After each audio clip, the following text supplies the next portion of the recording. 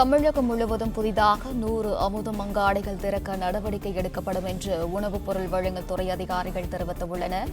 இது குறித்தான முழு விவரங்களுடன் இணைகிறார் செய்தியாளர் ராஜகுமாரன். வணக்கம். விவரங்கள் என்ன ராஜகுமாரன்? நுகர்பொருள் வாணிபக் கழகத்தின் மூலமாக அமுதம் அங்காடிகள் சென்னை உட்பட 80 இடங்களில் செயல்பட்டு வருகின்றன.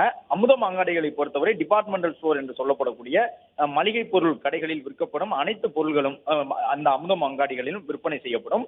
தொடர்ச்சியாக அமுதம் அங்காடியை விரிவுபடுத்துவதற்கான நடவடிக்கைகள் எடுக்கப்பட்டு வருகின்றன. முதல் கட்டமாக கோபாலபுரம் அமுதம் அங்காடி அண்மையில் விரிவுபடுத்தப்பட்டது.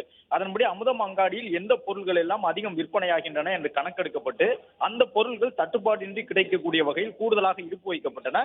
அது மட்டுமல்லாமல் புதிதாக சில மளிகை பொருட்களும் அமுதம் அங்காடியின் மூலமாக வெளிச்சந்தையை காட்டிலும் குறைந்த விலையில் விற்பனை செய்யக்கூடிய வகையில் தமிழக அரசு அமுதம் அங்காடிகளுக்கு அந்த பொருட்களை கொள்முதல் செய்திருந்தது. இந்த நிலையில் தான் தற்பொழுது 100 புதிய அமுதம் அங்காடிகளை சென்னை மட்டுமில்லாமல் தமிழகம் முழுவதும் திறக்கக்கூடிய வகையில் தற்போது நடவடிக்கை மேற்கொள்ளப்பட்டு வருவதாக நுகர்பொருள் வாணிபக் கழகத்தின் தரப்பிலும் இந்த தகவல் சொல்லப்பட்டிருக்கின்றது. அதன்படி 100 கடைகளில் முதல் கட்டமாக 20 கடைகள் விரைவில் திறக்கப்பட உள்ளதாகவும் அதன் பிறகு மேலும் 80 கடைகள் திறக்கப்பட இருப்பதாகவும் கூறப்பட்டிருக்கின்றது. வெளிச்சந்தைகளை காட்டிலும் குறைந்த விலையில் மளிகை பொருட்களை விற்பனை செய்யக்கூடிய வகையில் அமுதம் அங்காடிகள் தமிழகம் முழுவதும் திறக்கப்பட்டு அதன் மூலமாக அனைத்து வகையான பொருட்களும் பொதுமக்களுக்கு கிடைக்க நடவடிக்கை எடுக்கப்படும் என்று அதிகாரிகள் தெரிவித்துள்ளனர்.